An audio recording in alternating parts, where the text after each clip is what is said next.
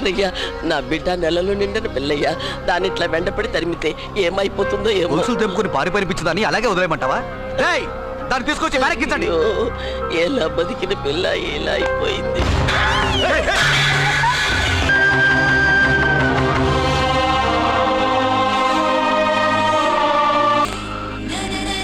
What a pretty girl, beautiful. ఏంట్రోయ్ అమ్మాయిని పొగడతలతో ముంచేస్తున్నావు? నేను నా నిర్ణయాన్ని మార్చుకున్నాను నాన్న. అంటే నగల కొట్టు మూసేసి బట్టల కొట్టు తిరుగుదామనే? అది కాదు, నువ్వు కట్టుకున్న బట్టలను చూసి చెప్తున్నట్టుంది కానీ పెట్టుకున్న నగలను చూసి చెప్తున్నట్టు లేదు. ఈ అమ్మాయి అందం చూశాక నేను ఒక డెసిషన్కి వచ్చాను డాడ్.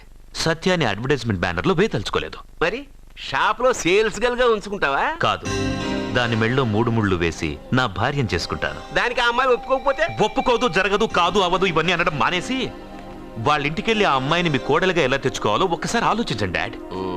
ఏమండి, ఇంతకాలం ఎన్ని సంబంధాలు చూసినా వద్దన్న ప్రేమ్